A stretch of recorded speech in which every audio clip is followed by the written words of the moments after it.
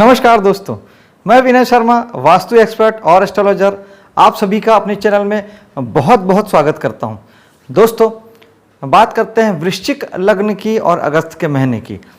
अगस्त के महीने में वृश्चिक लग्न वालों के लिए सर्वप्रथम लग्नेश का फल ये होगा कि लग्न में कोई ग्रह बैठे नहीं हैं, किसी ग्रह की दृष्टि भी नहीं है, लेकिन लग्नेश जो है मंगल, वो आपके 10वें भाव में रहेंगे 17 तारीख तक। तो पहले 17 तारीख तक काम धाम में आपका मन लगेगा, मान सम्मान पद प्रतिष्ठा मिलेगी भी और आप चाहेंगे भी कि आपको मिले, उस दिशा में आप काम करते हुए नजर आएंगे। क्योंकि मंगल एक्शन के कारक हैं, इसलिए संभव है कि आप बहुत मेहनत करें इस महीने 17 तारीख तक। 17 तारीख तक मंगल की जो ऊर्जा है, साहस है, 18 तारीख से आपके एकादश भाव में चली जाएगी। यानी इच्छा पूर्ति के लिए आप कुछ करेंगे, सामाजिक रूप से आप स्थान बना पाएंगे, आपकी ऊर्जा, आपकी साहस उस दिशा में ज़्यादा लगेगी कि आप एनजीओ वगैरह से जुड़ें, सामाजिक गतिविधियों में हिस्सा लें। दोस्तों यारों के साथ आप बहुत सारा वक्त गुजारने वाले हैं और उनके साथ बहुत एक्टिव रहने वाले हैं। घूमने फिरने, पिकनिक आदि का मन आपका बनेगा और लाभ की जगह भी है, इच्छा पूर्ति की जगह भी है एकादश। तो इस महीने आपको कहीं ना कहीं से लाभ की प्राप्ति भी हो सकती है, जिसके माध्यम आप स्वयं बन सकते हैं। क्योंकि मंगल आपके स्वयं के कारक हैं, लग्नेश हैं, तो कहीं ना कहीं उनके माध्यम से, आपके स्वयं के माध्यम से आपको लाभ की प्राप्ति भी संभव हो सकती है। धन भाव में चलते हैं। धन भाव में भी सेम है, बृहस्पति की दृष्टि पड़ रही है और बृहस्पति की ही राशि आपके धन भाव में है, यानी आपके धन भाव में धनु राशि पड़ती है, जिसके स्वामी बृहस्पति स्वयं अपने ही भाव को देख रहे हैं, यानी अपने भाव को बलवान भी कर रहे हैं। और बृहस्पति की दृष्टि जहाँ भी पड़ती है वहाँ के फल कई गुना बढ़ जाते हैं। तो ये तो तय है कि अभी आर्थिक रूप से बृहस्पति आपको बहुत संपन्नता देंगे या दे रहे हैं। कुछ समय के लिए थोड़ी सी रुकावट आई है, क्योंकि राहु बृहस्पति के साथ में आके गुरु चंडाल योग बना रहे हैं, जो कि अक्टूबर के बाद खत्म हो जाएगी। लेकिन अगर आप अपना विजन क्लियर रखते हैं, चूंकि छठे भाव से बृहस्पति दृष्टि डाल रहे हैं, आप लोगों की सेवा अच्छे से देते हैं। सेवा अपनी जो सर्विस सेक्टर में जो लोग जुड़े हैं वो अपनी सेवा को भरपूर देते हैं, ईमानदारी से देते हैं।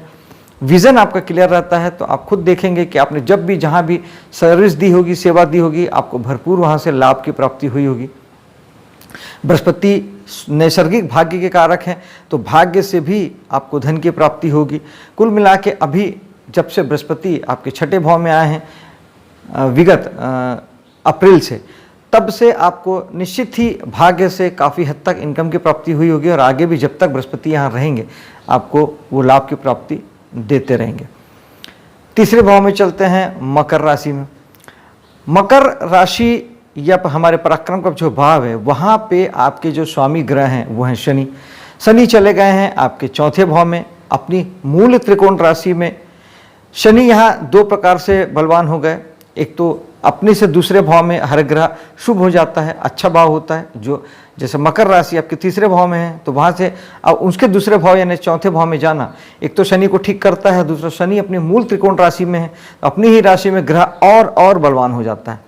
तो इस प्रकार से आपके पराक्रम के स्वामी शनि जो कि बलवान हो जाते हैं, तो आपके लिए अच्छा फल ये देंगे कि आपका पराक्रम सही जगह लगेगा, आपका साहस अच्छी जगह लगेगा और आप खास तौर पे ये हो सकता है कि आपके साहस और पराक्रम आप मकान के लिए, वाहन के लिए, अपने घर के सुख शांति के लिए बहुत ज़्यादा इस समय में आप डिवोटेड रहें, बहुत आप ध्यान दें।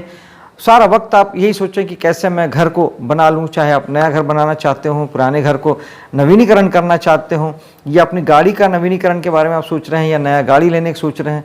मान लीजिए कि आपको कोई बिजनेस ही है, आप उस तरीके से सारे कामों में आपको शनि बहुत आपको हेल्प करने वाले हैं, आपकी ऊर्जा वहाँ लगने वाली है और साहस और पराक्रम आपका निश्चित तौर पर बढ़ने वाला है, क्योंकि शनि ये सारी चीज़ों को बढ़ाएंगे अकॉर्डिंग टू चौथे भाव। क्योंकि चौथे भाव में आपके शनि महाराज बैठे हुए हैं।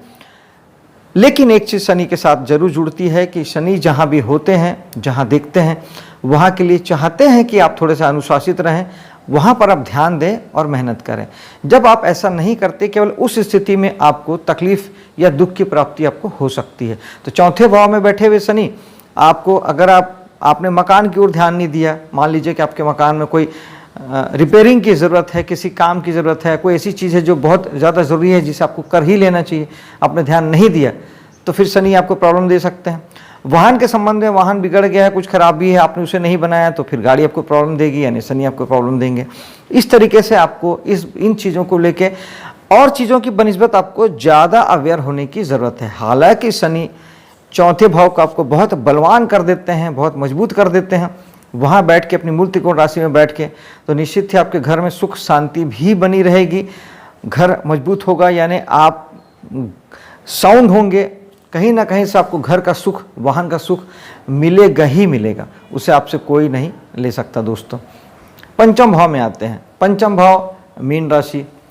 पंचम भाव में अभी वर्तमान में पंचमेश बृहस्पति जो हैं अपने से दूसरे छठे भाव में बैठे हैं, तो एक तो ये पंचम भाव के लिए ठीक है, पंचम भाव से दूसरे में जाना यानी वो उस भाव के पालन करते हैं, उसके लिए पालनाकार हो जाते हैं, पालनकर्ता हो जाते हैं। तो पंचम भाव के फल आपको, एक तो आप कला जगत से अगर आप जुड़े हैं, संतान के मामले में, आपको एजुकेशन के मामले में निश्चित ही आप तरक्की करेंगे, बहुत आगे बढ़ेंगे और अच्छी अच्छी बातें कर पाएंगे, और आप उसे कर पाएंगे।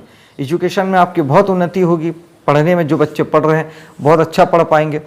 लेकिन साथ ही चूंकि कुंडली का छठा भाव है, इसलिए इन सेक्टरों में आपके थोड़े से वैचारिक मतभेद या वाद विवाद भी हो सकते हैं, एजुकेशन की जगह पे, कला की जगह पे, और आपके माइंडसेट की जगह पे।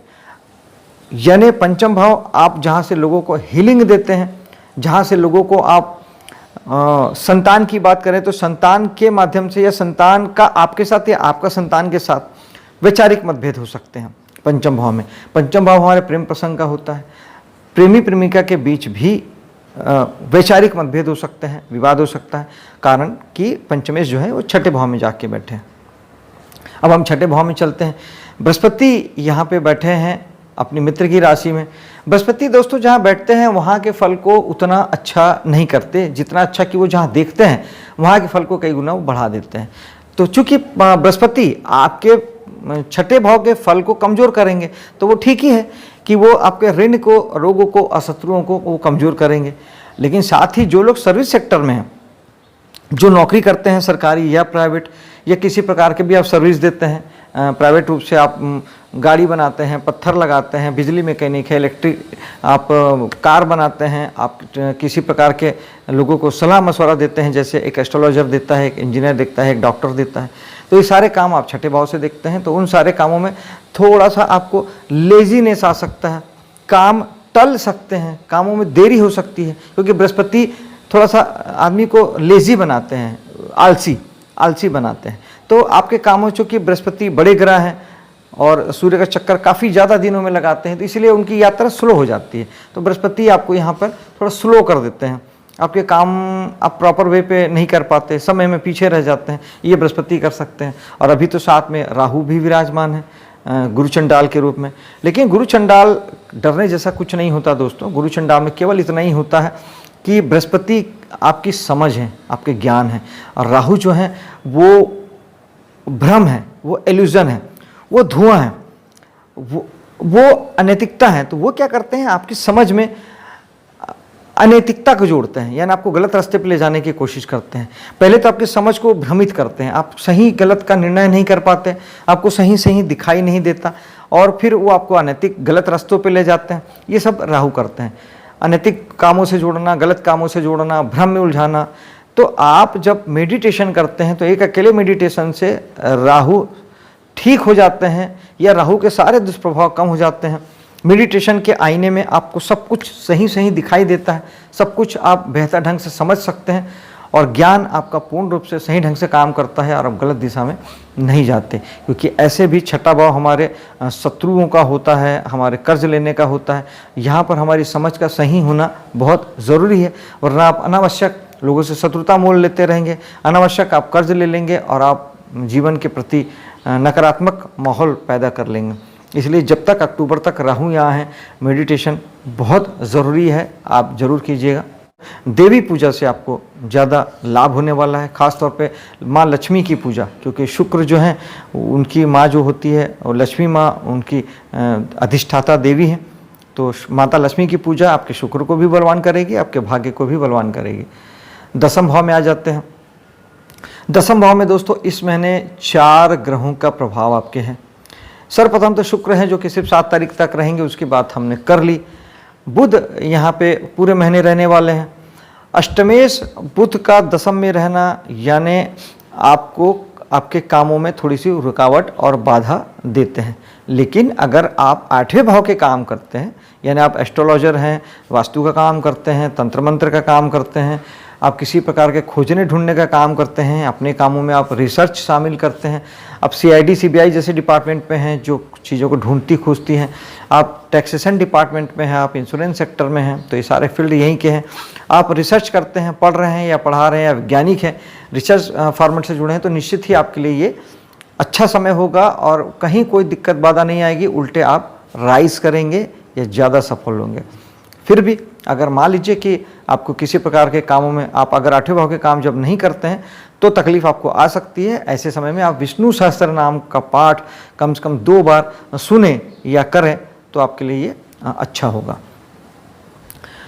बुध है तो उसके लिए खड़े मूंग की जो दाल होती है उसका दान भी किया जा सकता है, हरे कलर की चीज़ों का दान, हरे वेजिटेबल्स का दान भी किया जा सकता है, हरी सब्जियों का, ये भी बुध को ठीक करता है। और छोटी कन्याओं को खुश रखना ये भी बुध के लिए ठीक उपाय है। यहाँ पर सूर्य आ जाएंगे 18 तारीख को, उसके पहले वो भाग्य में थे, तो ये उसके बाद सूर्य जब यहाँ आएंगे और अपनी ही राशि में दसम भाव में आएंगे तो 18 अगस्त के बाद बहुत मान सम्मान प्रसिद्धि आपकी बढ़ने वाली है, पद लाभ होने वाला है और आप ज़बरदस्त सफलता भी प्राप्त करने वाले हैं, क्योंकि सूर्य अपनी ही राशि में दसम भाव मान सम्मान प्रसिद्धि का, पद का, सूर्य भी मान सम्मान प्रसिद्धि और पद के, दशमेश का दसम में होना भाव को भी बलवान करता है सूर्य, और सूर्य को भी बलवान करता है। तो ये सारे होके और बुध के साथ सूर्य बुधादित्य योग बनाते हैं जो कि अपने आप में एक सफलता का और मान सम्मान प्रसिद्धि का योग होता है, एक राजयोग होता है बुधादित्य योग। तो ये भी आपकी कुंडली में बन जाएगा 18 तारीख के बाद। तो ये सब मिला के इस समय 18 के बाद बहुत बहुत सारा आपको मान सम्मान पद प्रतिष्ठा सफलता आपको मिलने वाली है। दसम भाव में ही आपके बृहस्पति की दृष्टि भी पड़ रही है जो कि बहुत शुभ दृष्टि है, क्योंकि बृहस्पति जहाँ देखते हैं वहाँ पे बढ़ा देते हैं। तो बृहस्पति आपको लगातार अप्रैल के बाद से आपके काम धाम में आपको सफलता दे रहे हैं, मान दे रहे हैं, सम्मान दे रहे हैं, प्रसिद्धि दे रहे हैं और ये लगातार ये देते ही रहेंगे। आज जितना आप अपने काम पे फोकस करेंगे उतना आपके जीवन में सफलता का मार्ग प्रशस्त होगा। हालांकि बृहस्पति अभी कुछ समय के लिए राहु के साथ हैं, इसलिए आप थोड़े भ्रमित हो सकते हैं, कामों को लेकर थोड़े संकित हो सकते हैं, आप पूरी ताकत से काम न कर पा रहे हो। लेकिन अगर आप मेडिटेशन करते हैं तो ये दिक्कतें आपको नहीं आएगी, नहीं आ रही होगी। यहाँ पर मंगल भी विराजमान है 17 तारीख तक। साहस ऊर्जा के कारक मंगल जो कि आपके लग्नेश हैं, तो लग्नेश का दशम में बैठना निश्चित ही आपको ज़बरदस्त रूप से आपको बल प्रदान करता है, साहस प्रदान करता है, कामों को करने के लिए आपको प्रेरित करता है और आपको ऊर्जावान बनाता है। फिर यही मंगल 18 तारीख को चले जाएंगे एकादश भाव में, तब फिर आप 18 के बाद फिर आपकी ऊर्जा पूरी चली जाएगी दोस्तों यारों के साथ, जिसकी बात हमने कर ली है। और बातें हैं 12वें भाव की ओर। 12वां भाव जो कि हमारा विदेश का होता है, हॉस्पिटल उद्योग का होता है, इन्वेस्टमेंट का होता है, खर्च का होता है। 12वें भाव को हम अच्छे भाव में नहीं गिनते, लेकिन यहाँ पर केतु विराजमान है। ये एक प्रकार से इसे आप विपरीत राजयोग मान सकते हैं, क्योंकि केतु जहाँ होते हैं वहाँ से आपको डिटेच करते हैं। तो आपको खर्चों से तो ये डिटेच कर देंगे। खर्च आप इस समय में बहुत कम करते होंगे, बहुत सोच समझ के करते होंगे और नहीं के बराबर बहुत ज़रूरी हो उतना ही खर्च आपके होते होंगे जो दैनिक जीवन में बहुत ज़रूरी है। इसको छोड़ के ज़रा भी आप लग्जरी में या किसी भी प्रकार के जो खर्च आवश्यक नहीं है, और कई बार तो आवश्यक खर्च भी आप टाल देते होंगे, ऐसा केतु कराते हैं। लेकिन अगर आप हॉस्पिटल उद्योग के फील्ड में हैं, केतु वहाँ से भी डिटेच करेंगे। विदेशी किसी भी काम से आप जुड़ के, विदेश से जुड़ के कोई भी अगर आप काम कर रहे हैं, आप कमीशन दलाली के बेस पे काम कर रहे हैं, या आपका बिजनेस वहाँ पर है, या वहाँ से किसी के साथ पार्टनरशिप है, तो उसमें भी आपको केतु विरक्ति प्रदान कर सकते हैं। तो बेहतर हुआ कि केतु के लिए मेडिटेशन कीजिए, चेक प्रिंट के रुमाल दान में दीजिए, खट्टे मीठे फलों का दान कीजिए, और केतु के लिए गणेश जी की साधना ज़रूरी हो जाता है आपके विज़न को क्लियर करने के लिए, समझ को ठीक बनाए रखने के लिए। राहु केतु दोस्तों व्यवहारिक कम और मानसिक ज़्यादा है, तो उसका इलाज भी मानसिक ही होता है। जितना आप मेडिटेशन करेंगे, राहु और केतु दोनों अलाइन हो जाते हैं। एक मेडिटेशन से दो क्या दोस्तों, सारे के सारे 9 ग्रह अलाइन होते हैं, आपके सातों चक्र अलाइन हो जाते हैं, सातों चक्र बेहतरीन हो जाते हैं। मेडिटेशन करके देखिए तो सही। दोस्तों मेरे वीडियो को लाइक शेयर जरूर कीजिएगा और मेरे चैनल को सब्सक्राइब भी कीजिएगा। आपके लिए ये महीना शुभ हो, सफल हो, इसी कामना के साथ मैं आपसे विदा लेता हूँ। जय हिंद।